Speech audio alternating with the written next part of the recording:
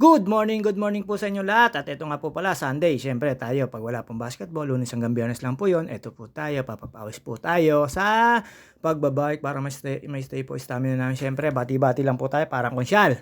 At shoutout nga pala po kay Tito Will, yung mga nakasama ko po sa Marinduque Loop. Tito Will, ayan si Ate Vicky, shoutout sa iyo.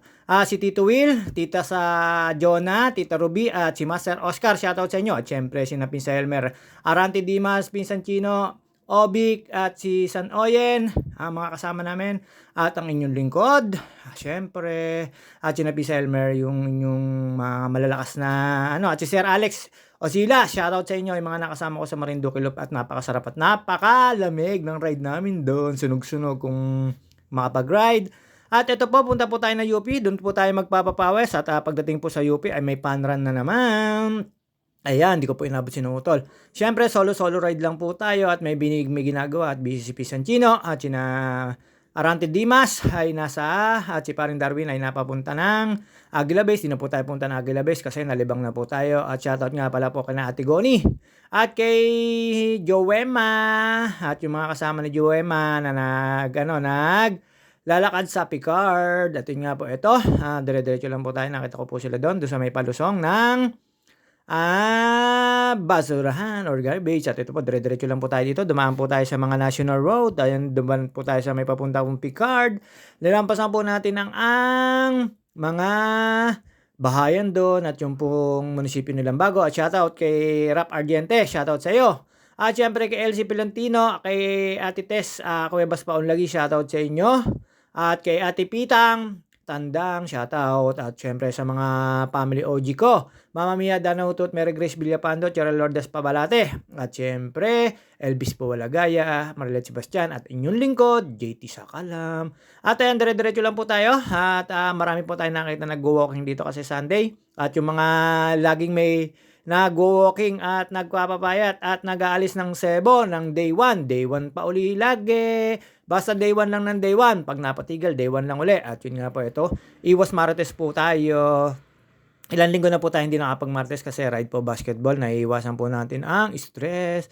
At yun din po, syempre, nare-repress ang ating kautakan, lalo pagka po tayo gantong edad na, kailangan po natin ma-relax, hindi po mag-isip sa bahay. At ito po, ang ating kapalit, pagka Sabado at Linggo, bike naman po. Ayan, nakita nyo naman po, ang dami po nag-walking.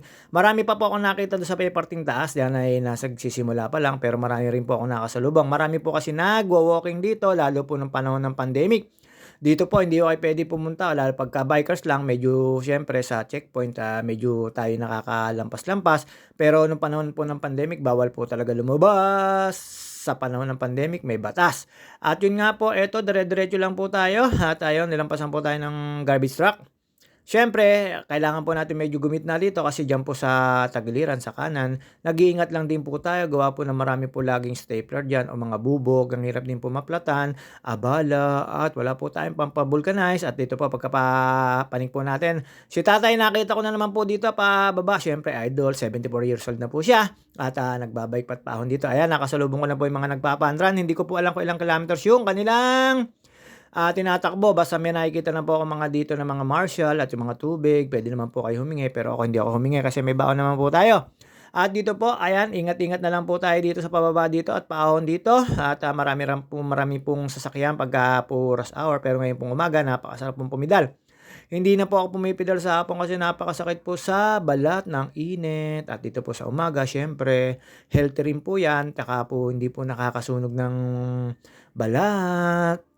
At dito po, pababa lang po tayo dyan. Lampas lang po tayo sa grotto rito. Hidden Falls. Wala pa pong falls ngayon. Pero pagdating po ng tag-ulan, sigurado po pagka may bagyo, meron po dyang lalabas na Hidden Falls nang gagaling sa taas. Siyempre, yung ibabaw po niyan ay sa may Art Center. Nadaanan ko na po yan. At marami pong mga falls or daanan ng tubig dyan.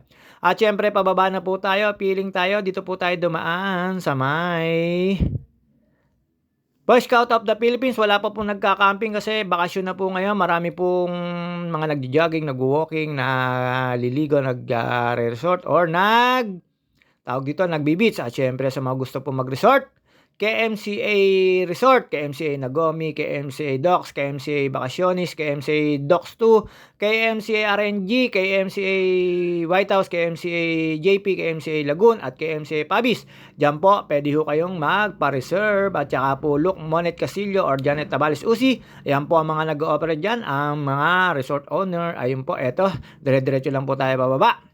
At sa lahat po ng gusto magpa-book, book nyo na.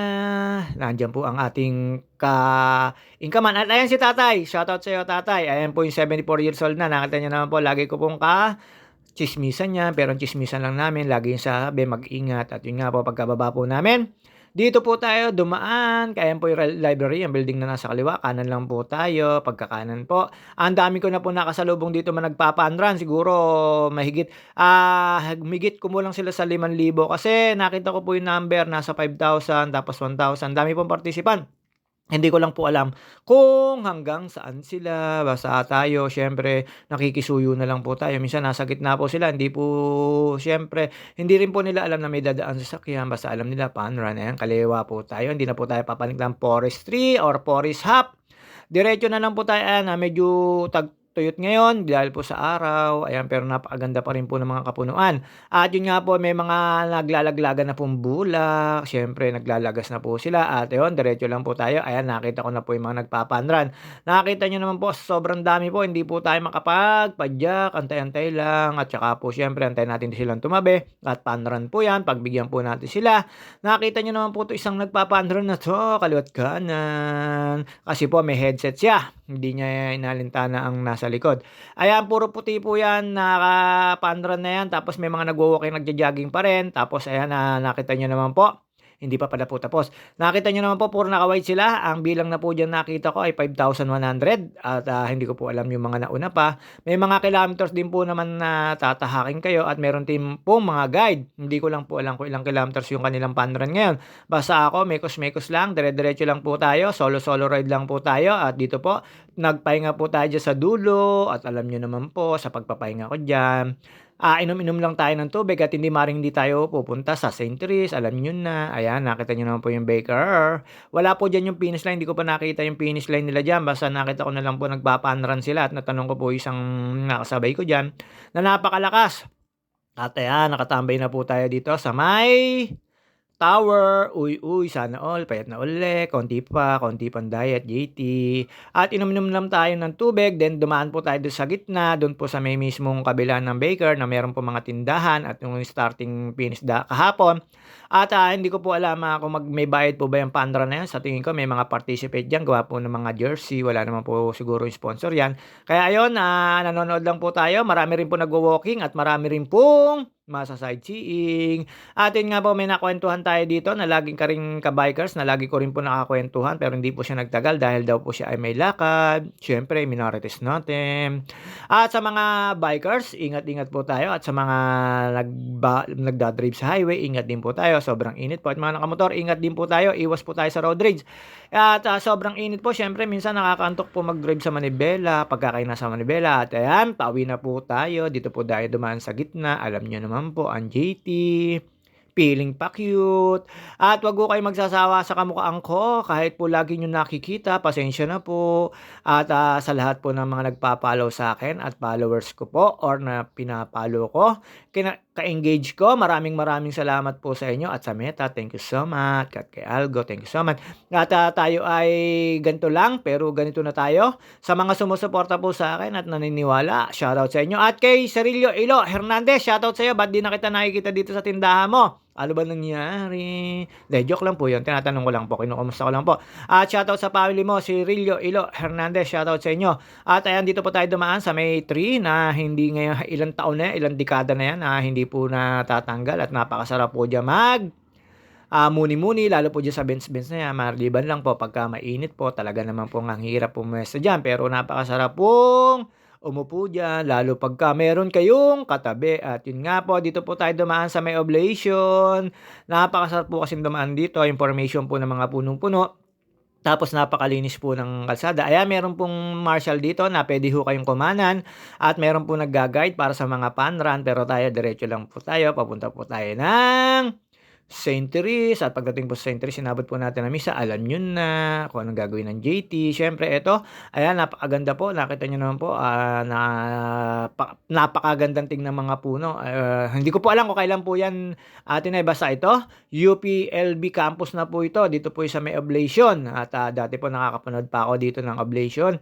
Tama po ba yung sinasabi ko? Basta may tumatakbo po rito na secret. At syempre eto, dire-diretso lang po tayo, hindi na po magtatagal ang ating video. Dito po wala po mga nagra-run or nagwo-walking kasi madalang po nandun na po sa Panran.